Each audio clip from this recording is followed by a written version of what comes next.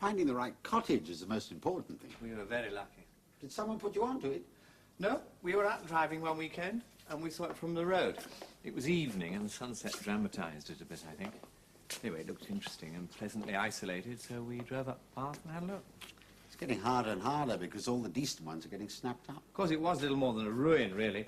Doors and windows boarded up in nettles 3 feet high, right up to the walls.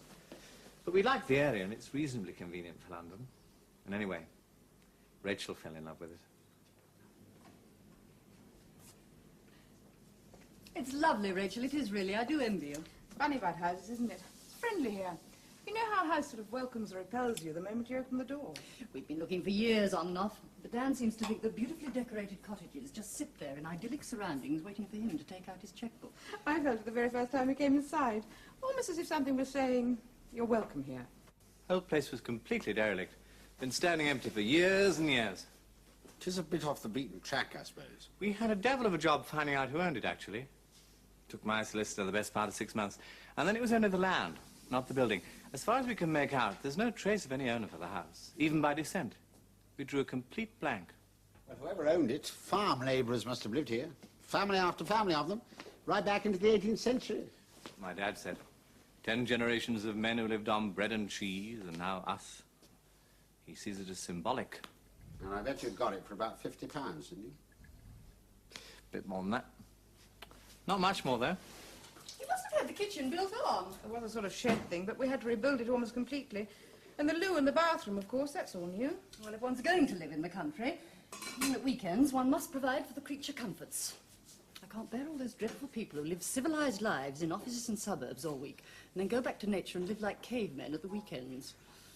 They deposit their dung in piles outside your bedroom window because it's good for the soil.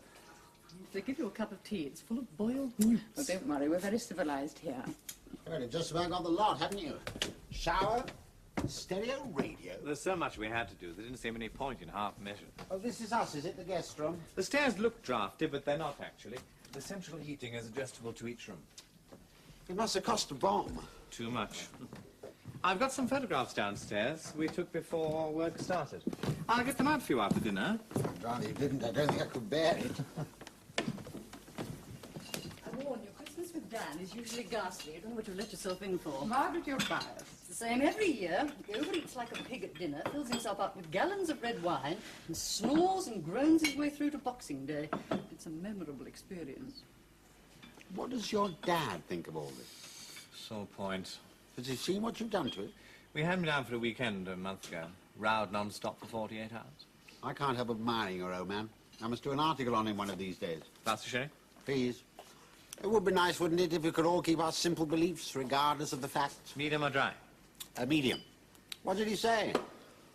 Oh, asked me if I hadn't anything better to do with my money, which is blood money anyway, as far as he's concerned. Advertising, public relations, market research, any of the selling professions, all out over there with the goats. I should have been here and put the lot on tape.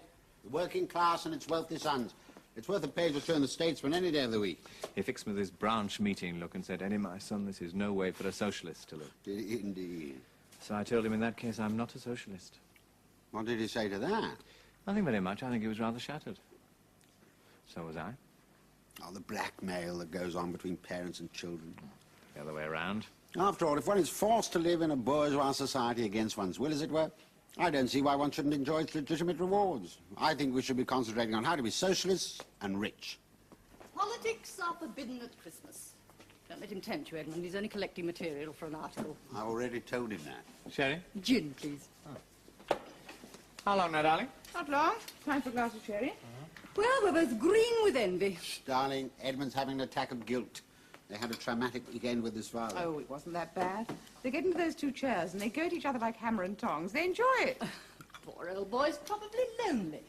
Likes nothing better than to come down to his son's place and have a good old row now and again. I think that's right. What is this beautiful machine? Another affluent indulgence? That's my clavichord. Edmund bought it so I can keep in practice whilst we're away. Darling, it is It gorgeous. is an indulgence, really. Central heating doesn't do it any good. Because that didn't occur to It is a me. beautiful instrument. There's something. In the middle of getting dinner. Oh, something gentle and civilized to usher in the feast. You are pompous. How do I endure you? Pray, madam, pray, ignore the interruption. Well, let me see.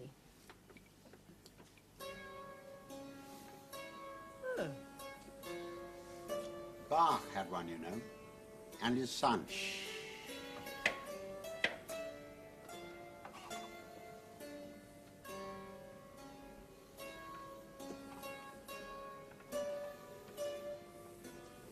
Beautiful sound.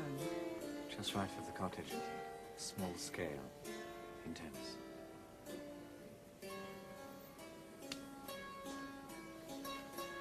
Lovely.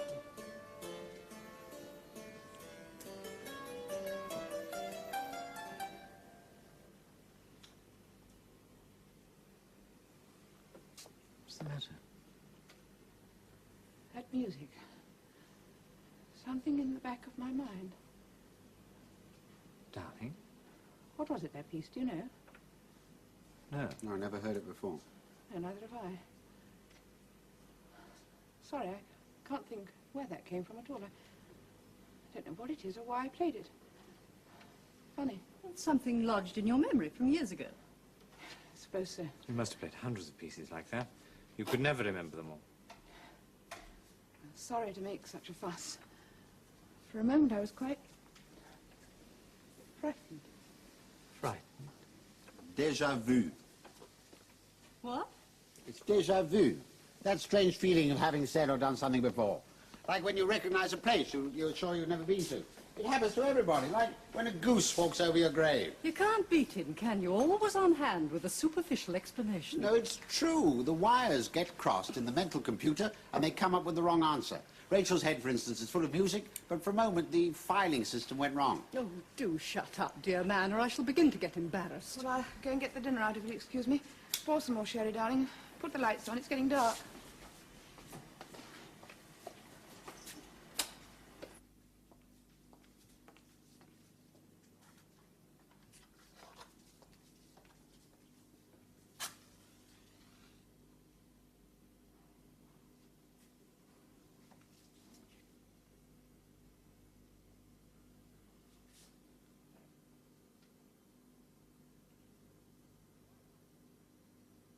Well, I can't bear all this mystic rubbish age of Aquarius and all that nonsense. It's just an easy way out for people who can't be bothered to think things through. My darling, it's true that we know very little about the mind. What really happened to Rachel then at the clavichord? She forgot the title of a piece of music. And why did it frighten her? Precisely. The mind absorbs facts through the senses, we know, but how does it evaluate them and then act on that evaluation? What powers does it possess beyond the obvious ones? Thank you very much. What do you mean? Powers of survival? Well, possibly. There are countless examples, for instance, of people separated by thousands of miles who are aware of the death of someone close to them. But if mind can be projected through space, why not through time? Haven't you ever stood on a battlefield, felt the presence of the dead? And it's just imagination. You see a bleak-looking field, and because you happen to know a lot of men died there, you people it with ghosts. Mind colours the facts to suit its own preconceptions. It's more than that, though, isn't it? The mind can have a definite physical effect, even change the state of the body in certain circumstances. You're proving my point, not his. These are rational explanations. They depend on cause and effect. But the point is that the reason alone can't be trusted. It can look at the facts, and because of its preconceptions, it can come up with the wrong answer. Do you remember that party game, Nelson's Eye? Oh, it used to frighten the life out of me. No, what was that? Oh, it was a favourite at every children's party I was ever invited to. I can't remember the details, just the traumatic bit. Yes, I remember this. You were blindfolded and you had to touch certain objects and guess what they were. And at the end, they plunged your finger into a raw egg and told you were poking it into Nelson's blind eye. It still makes me shiver to talk about it. Well, that's a perfect example of what I've been saying. And I've just thought of an even better one, my darling. Close your eyes. What? What are you up to now? No, shut your eyes. Now, stay like that for a moment.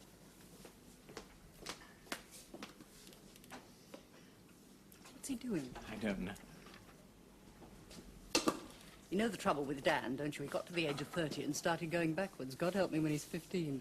Are your eyes still shut? Yes? Dan, what are you doing? I'm blindfolded. Why? It's the rules of the game. Edmund, don't say anything, just watch. Dan. I have in my hand an open razor. What? An old-fashioned cutthroat razor. It's very, very sharp. Really, the things some married people get up to. Quiet, concentrate. I'm going to come very close to you. And with this open razor, I'm going to cut open your cheek. Oh, are you charming? Yeah, I'm coming now. The razor's wide open. It's so sharp that I don't even feel it. It would lay open my finger at the slightest touch. My husband is quite mad. Quiet. I make the most of the last few seconds before the pain. I'm very close now. The razor's about 2 inches from your cheek. Can you feel it? Dan, what is this? I told you, with this open razor, I'm going to cut open your cheek. There. An ice cube melting. No damage done. Oh, my God, that did frighten me. Point proved, I think. It was the coldness and then the wetness on my cheek. You can kill a man with a drop of water on the back of his neck. If you tell him it's a guillotine. What was that noise? Don't worry, darling. A little practical psychology from Just Dan. my husband frightening the life out of me, quite normal. It's party games, my darling. Don't be alarmed. Well, the dinner's ready now, so if you'd like to come through. Yeah.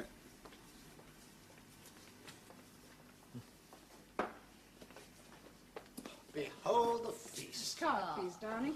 Margaret, would you like to sit here? Dan, you here? Ah, Rachel, you've gone far too far. I You warn you, have I'm a terrible really. pig. I can't leave any of it. I've already made your excuses. My darling, have you noticed the carving light neatly on the plate? A little idea of the architect. It is the little things that count after all. That's real style. You're beginning to embarrass me. But you can't be a socialist with the spotlight on your carving plate, lad. Oh, no, we shouldn't laugh.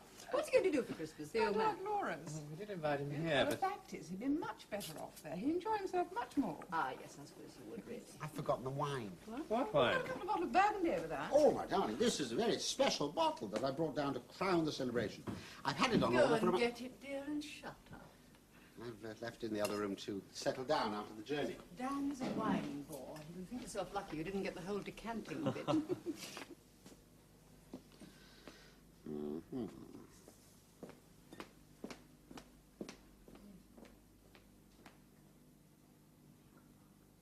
Corkscrew. Now, does there you are. everybody eat Oh, yeah. everything? You can work on that principle later. Well, here we are. Then there's some broccoli and sprouts, potatoes, some bread. Don't worry, we'll manage. Let me see about this. Suddenly, I'm very hungry. How are you doing, darling? Not too badly. Oh, no. That must be the bell. Oh, it's the kitchen as well. Oh, hell. How about that for timing? There must be a fuse. I'm sorry, everybody. Ah, don't fret, dear man. No harm done. It's rather nice by candlelight. But it's this carving light. It's a special toy. Will be a minute.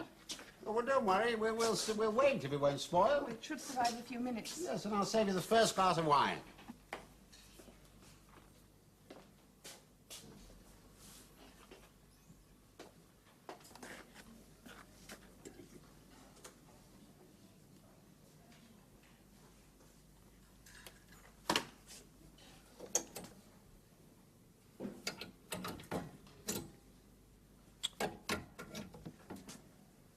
Oh, Christ.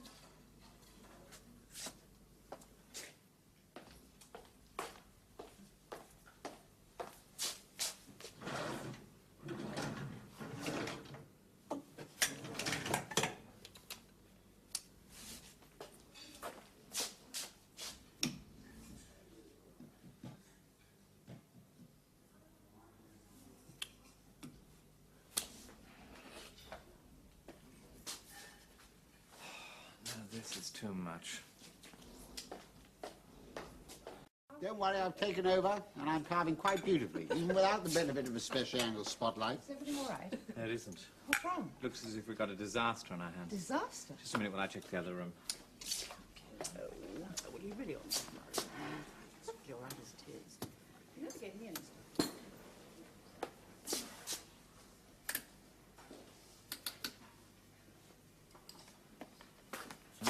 Bloody electrician.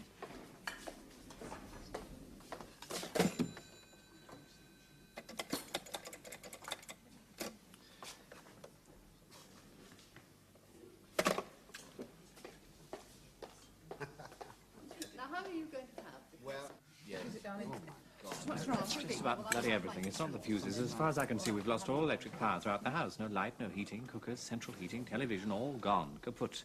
Even the phone. Oh, God. There is no need to panic. You've all forgotten the obvious solution. What is that? This is England, remember? What always happens every year as soon as it snows or 1 or 2 people put the cookers and heaters on at once. A power cut. Correct, a power cut. Either that or the government's decided to give the miners another lesson. And what better time to do it than Christmas? I do hope you're right. Oh, of course I'm right. There'll be a great big inquest in the papers, and they'll all talk about how democracy's at stake and revolution's round the corner, and then all forget about it 3 weeks No, later. it can't be a power cut. Why not? The phone's gone. That's nothing to do with the power. Well, don't worry, it doesn't But matter. I haven't finished the pudding or the coffee. There's enough food here to last us a month. Just wait till I see that bloody electrician. 6 months it's been done, that's all. That's all. And you can imagine what it cost me. It's probably something very simple, like a little join or lead. You will gather from that remark that my husband is no electrical Darling, the genius. heating's gone as well. The fire will keep us warm, Rachel. Don't panic. I'm terribly sorry, Edward. I'm afraid this has spoiled everything. Nonsense. We've been dead lucky, actually. The food's cooked to perfection. We've got gallons of wine and brandy, so we won't miss the coffee. Better kind of just say so. I vote we forget all about the minor inconveniences and eat this fabulous meal. I should propose you as the perfect guest. We've all been hostesses in our time. I think I'll just get haven't some we? Oh, candles darling, out. don't Oh, put yes. things I'm going to do spoiled. it now before you all start falling over one Oh, well, another. I'll come and give you a hand. The lady's finished serving. Listen, You know, Ed, the Marxists go on about how society determines consciousness. Well, it's not true. Technology determines consciousness these days. Take those, will you? Last year, during the strike, Margaret and I spent whole evenings reading aloud to one another.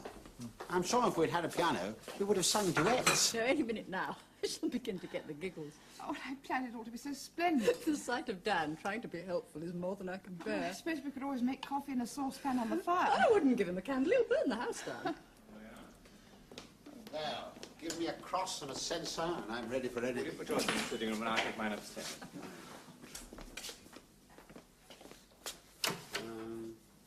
Oh, do you know anyone who wants a beautiful cottage, all mod con, except that none of it works? You know, this is becoming a very moral tale. See, our civilization hangs by a thread. You throw a few switches and we're back in the Dark Ages.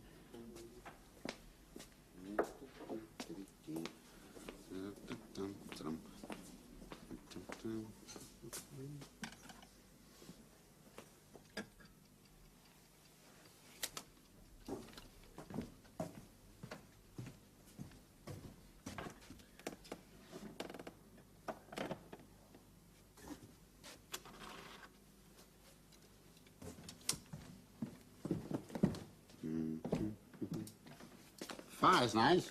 Dan, I don't understand it. What? What's that? Well, if it was a power cut, the phone would be working, but it's not. It's not conceivable that the phone and the power should have given out simultaneously, surely. In England at Christmas, anything's possible. I don't see what it could be that could affect both. Well, for instance, a pylon could have fallen on a telegraph pole. You lack imagination, Edmund. Come and eat. Well, we can see to get up the stairs at least. What I suggest that we forget all our little setbacks and concentrate on enjoying ourselves. I second that. Calm down, Rachel. All is well. I'm going to set the ball rolling with this bottle of wine. Yes. Merry Christmas, everybody. Merry Christmas. Now, you try that for size, Edmund. Thank you. Cheers, everyone. Cheers. Cheers. Rachel, where's your Please glass? help me No, first, no, Dad. come on. No, you've no. done Oh, darling, whatever. Oh, look what you've done to the table. Must have gone down the wrong hole. it. What's the matter? It's not wine. What do you mean it's not wine? Of course it's wine. It's blood.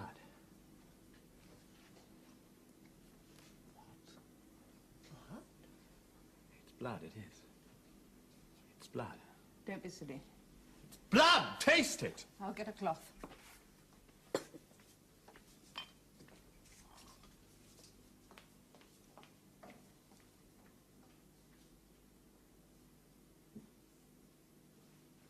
It's burgundy. It's very good burgundy. Taste it.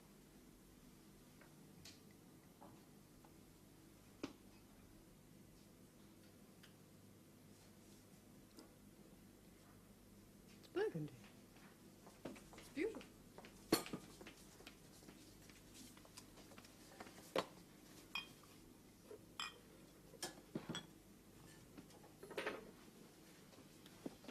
I don't understand. Well, here, taste this. I'm not joking. Here. I must be going mad. It smells the same. Look.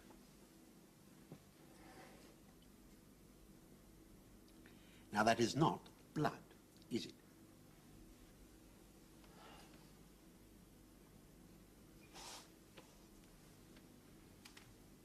To me, it is. I mean it. Stop it, Ed, stop it. What do you mean? Whatever sort of game you're playing, stop it. Rachel, it is not a game to me! It's wine! Obviously it's wine. Look.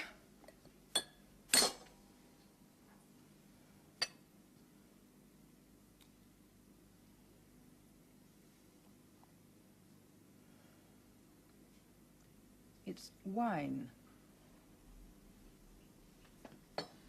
Well, don't worry, old fellow. I won't insult you next year by bringing my own bottle. Dan, I'm not joking, you know. I believe you when you say that it's wine, but to me, it's not possible, is it? Let's all eat our dinner quietly and privately, shall we? Wine or no wine, before it all finally gets cold. It's a very good idea.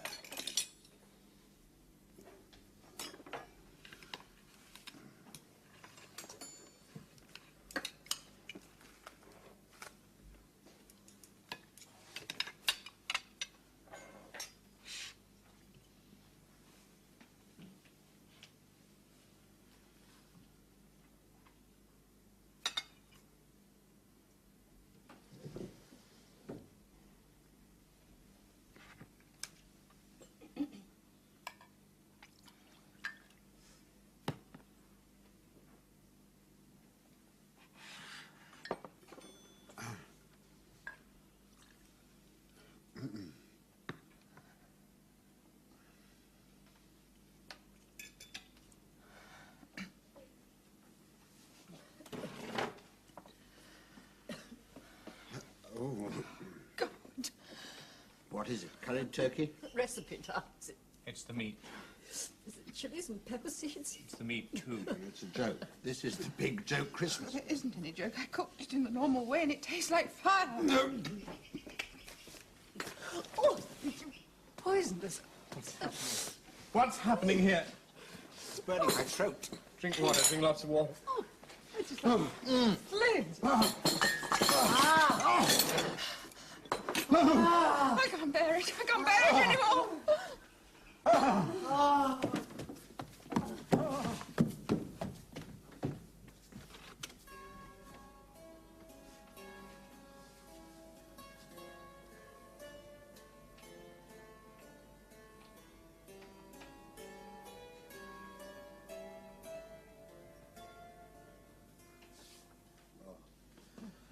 Oh, that's better. Oh, my God. What's going on?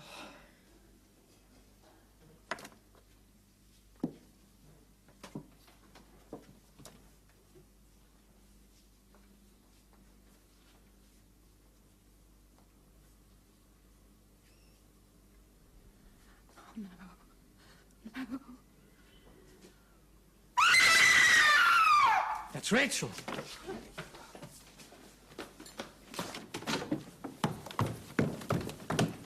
What is it, darling? In there. On the bed. Something on the bed.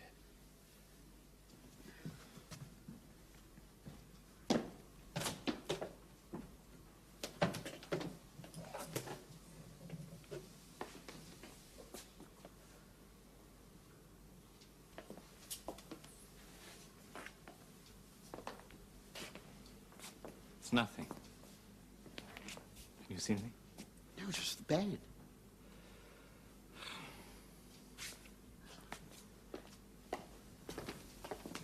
Darling, there's nothing on the bed. Nothing.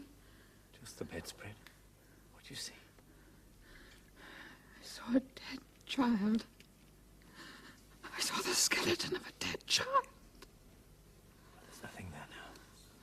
Do you want to go and look? No. Come on, let's go downstairs.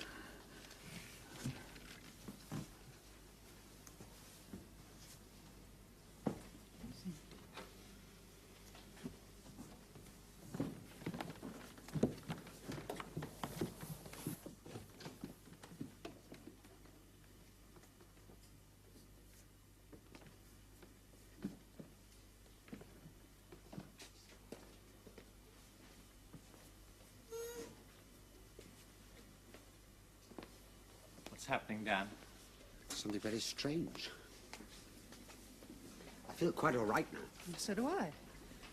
Not very hungry anymore. No trace of the pain. No, none. No. What about Rachel?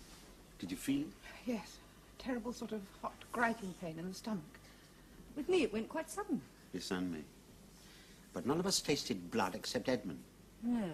No. I can still hardly believe it. And now this upstairs. I definitely saw it. I didn't imagine it. I looked for quite a long time to make sure it was the skeleton of a child about 2 feet long with bits of clothing on the bedspread. I promise you, I really did see it. Darling, nobody's saying you didn't.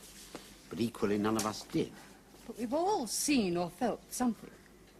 Edmund the blood, the rest of us the food and the pain that just disappeared, and now Rachel this. And all of us the house. What do you mean? We've all experienced the failure of the machinery in the house. That's just straightforward, simple mechanics. Is it? Well, what are you implying? That this whole thing, the power failure included, is some kind of mass hallucination? Can you suggest anything better? Well, if it is, then we're still in the grip of it. Because the lights are still out, the clocks are still dead. If it's some form of mass hysteria, something that our four minds are creating between us, then we're still under its spell. Nothing's been right since the lights went. And before that, the music. Oh, what are we going to do then? There must be some kind of rational I don't explanation. need any rational explanation. I just want it to stop. Look, if it's some form of mass hysteria... But it can't be. We're four sane, mature people. We know what we're doing, what we're saying. Do we, though? We all think the lights have failed. But maybe they're on all the time. Maybe they're blazing away across the fields for miles. If you tasted blood and Rachel saw a dead child on the bed, that's just as possible. Our perceptions tell us that we're sane and balanced and that those are the facts.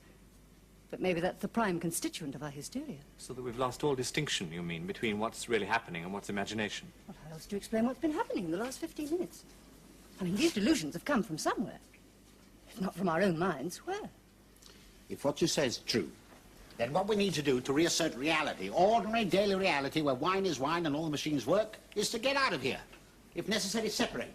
Break whatever it is that's mentally binding us together. So I suggest we go out, get in the cars, drive away to some nice, uncomplicated hotel where they have an MC and dancing and they're playing silly, innocent Christmas games. So that we dissipate whatever it is that's been distorting our perceptions here. Do you agree? Yes, I think that's a very good idea. Dan, Yes. there's no such thing as absolute darkness, is there? It's never absolutely dark. I don't think so. Why? I can't see anything. I can't see the dark shapes where the trees and the hedges should be, or the grass under the window. I can't see anything at all. Let's see. There's light coming from this room, from the candles and the fire. It should shine out onto the path. There's nothing.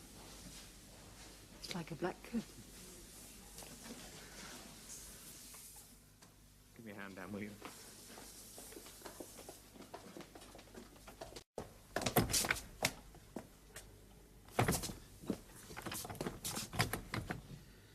It won't budge. Help me to shoulder it.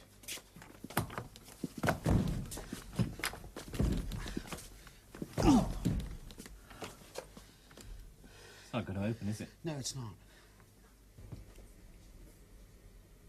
This window's the same.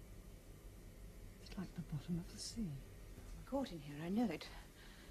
Something has got us trapped. Yeah, you go and check the windows upstairs, and I'll look at the other door. Okay.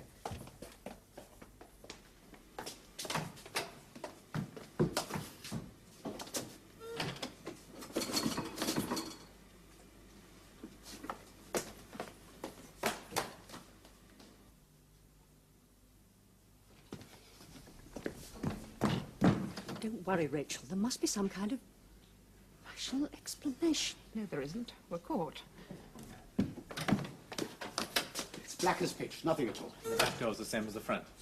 So that's it. We stay and sit it out, whatever it is. Well, if it's some sort of mental force that's holding us in here, let's see if it'll stand up to this. I'm going to have a brandy. I hope. This window's made of perfectly ordinary glass.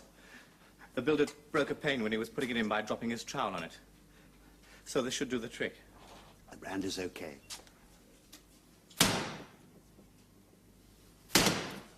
No.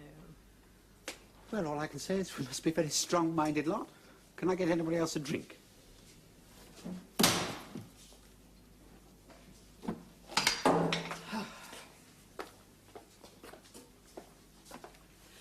All right, let's try and work it out. It's a waste of time. Why not just sit back and enjoy it? In a sense, we're privileged. We're experiencing something that's probably unique. Inside this house, several extraordinary things have happened, which we can only explain by suggesting that we're all sharing the same hysterical delusion. I'm glad I married a rationalist. I always knew it would come in useful. But by now, the house itself has become part of that delusion. We look out of the window and we see nothing. And some inexplicable force keeps the doors and the windows shut. The house itself. What do you think is beyond these walls, outside the door? I mean, do you think it's the 2 cars and the grass track and the track leading to the main road? Or is it something else? Just space, perhaps? If it's just space, your rationality is wearing a little thin. What time does your watch say? 5:30, it stopped. Edmund? 5:30. Rachel? 5:30. So does mine. So does the electric clock.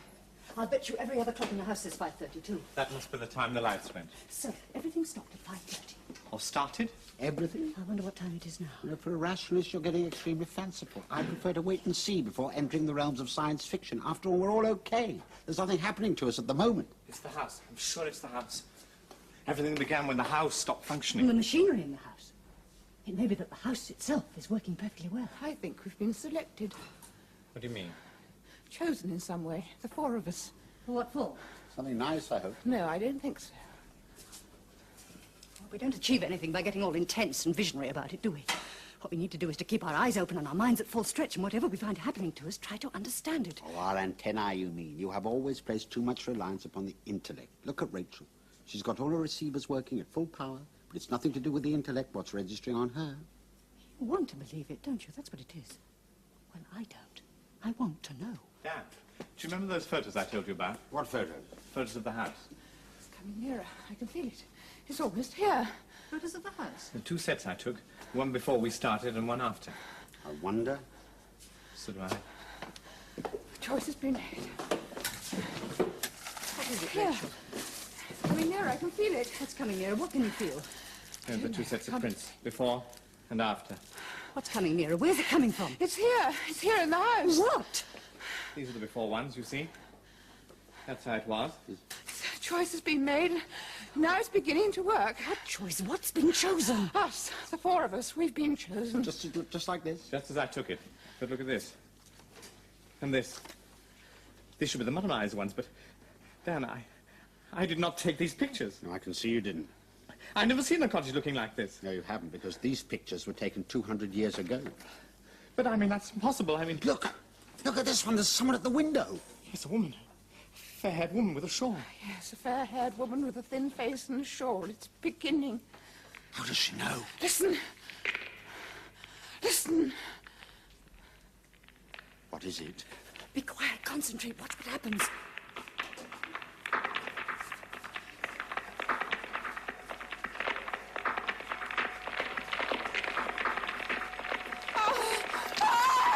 Rachel! Leave her alone. Something! The house is falling down!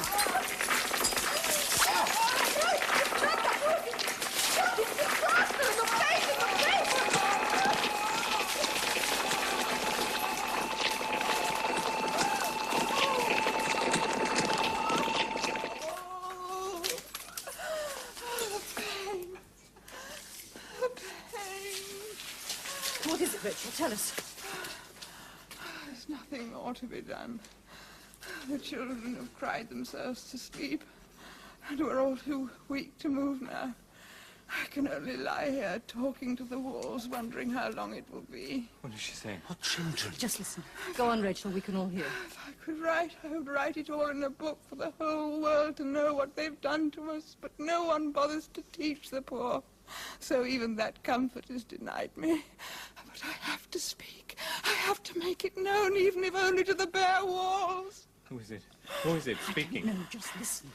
I, Sarah Jane Mulby, born a Christian, aged 26 years, a married woman, but now a widow. I'm lying here on a straw mattress with my 2 children, Robert and Jane. There's a little water, but nothing to eat. We have none of us eaten for well over a week at least. I don't remember when. Yeah, in this house. Listen. My husband, Robert, was a hard-working man, and we were all happy till the bad times came. And people had to leave for the towns, and many houses in the village stood empty. There was no trade and no work till bread became too dear to buy. Then there was none at all to be had. The squire told us that there was no more work and we must fend for ourselves. And the parson told us to pray to God. We did pray. We prayed to him day and night, but the food got less and less, and my husband was in despair. He took to going out at nights. Some nights he'd come back with a rabbit or a hen, even a lamb one time. We managed to live for several months that way. But the gamekeepers got stricter. A man in the next village was hanged. There was no more game to be had with half the county living on it.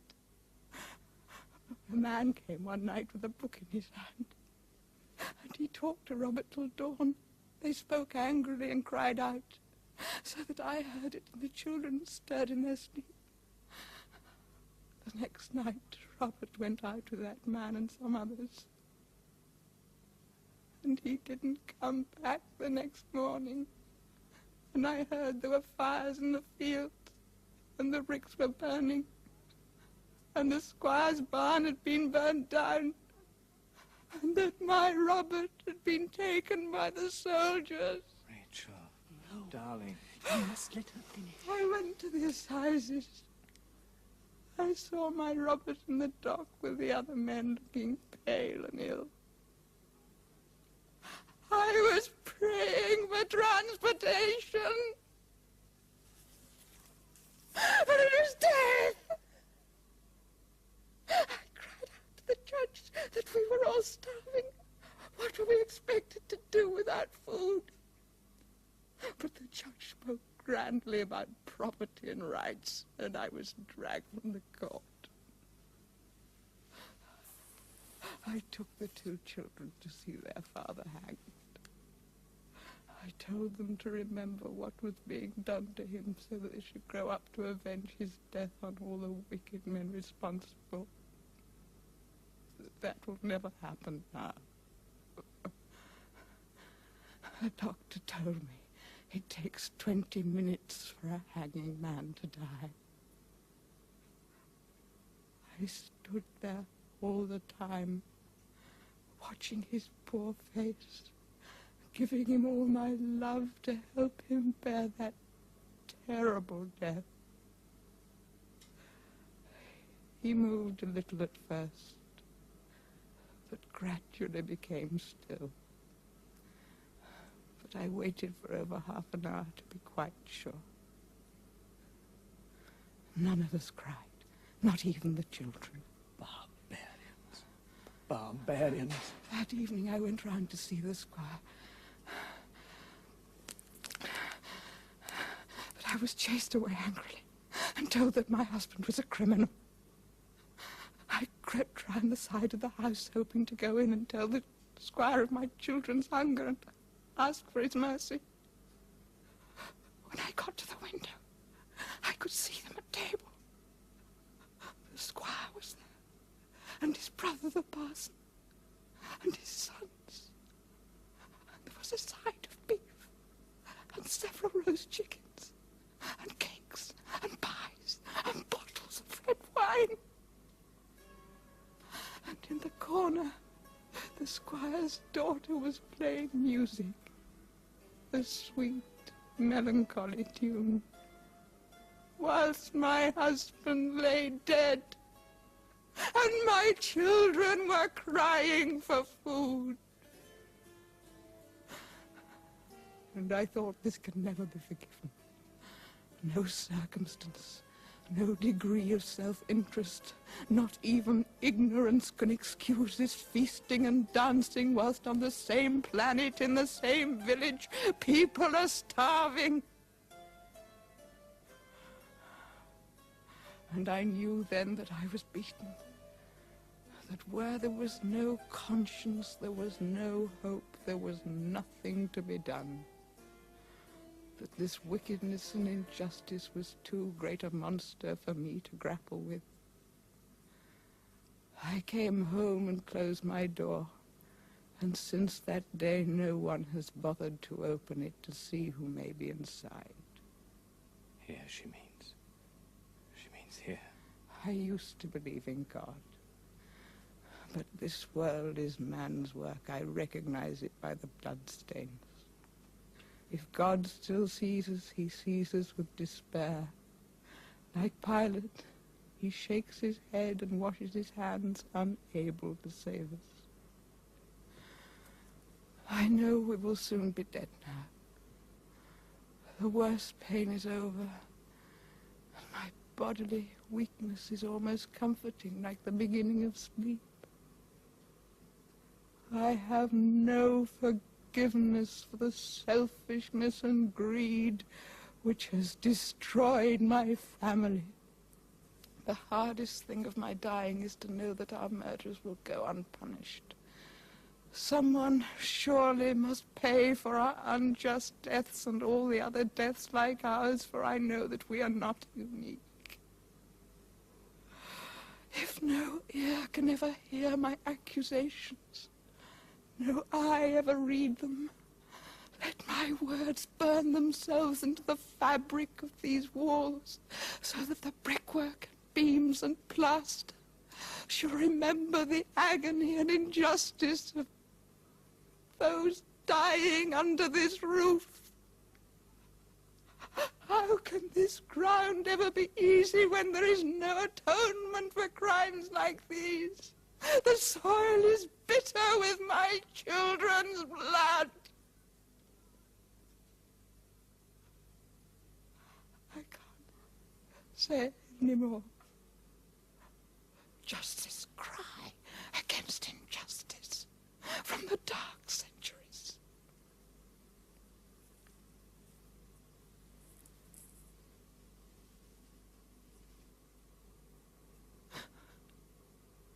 Jane is dead now, I think.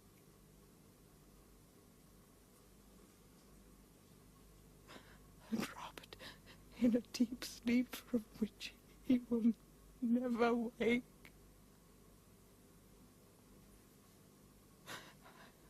I can't speak anymore.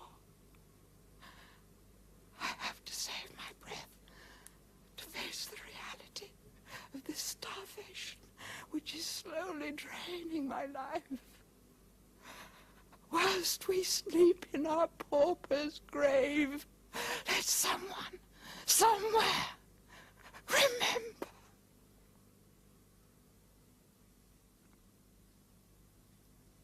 Us. The chosen four.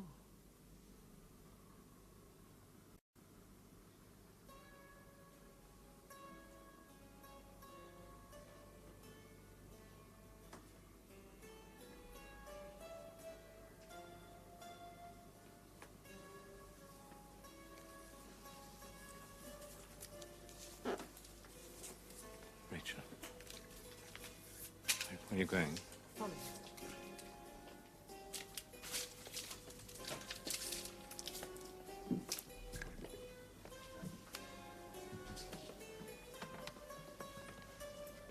Dan, hold my hand. Don't be frightened. I told you we were privileged.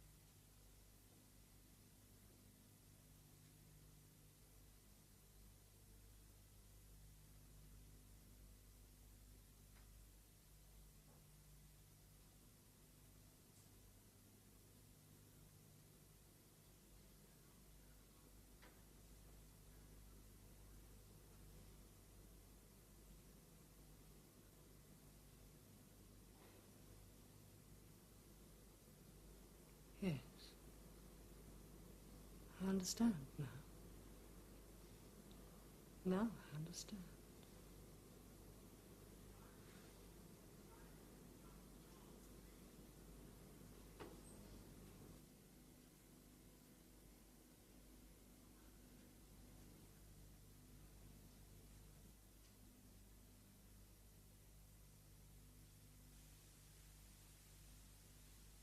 Motorway driving. The chairman of the World Famine Relief Organization, speaking at a UNESCO conference in Paris on Europe and the underdeveloped world, has called for a radical heart-searching on the part of the developed countries. It is well known, he said, that under the present circumstances, far from rectifying the situation, the rich countries are getting richer and the poor countries are getting poorer. How much longer are we prepared to let this situation continue? He asked the assembled delegates. His question was received in silence. Finally, news is just coming in of a bizarre Christmas tragedy. In a remote country cottage, 4 apparently healthy people in their middle 30s have been found dead. An air of mystery surrounds the story at the moment, said a spokesman at Scotland Yard, but foul play is not suspected. The 4 bodies, when found, were in an extremely emaciated condition, and although the house was full of food and drink and a sumptuous Christmas dinner was laid on the table, apparently untouched, all 4 people appear to have died of starvation.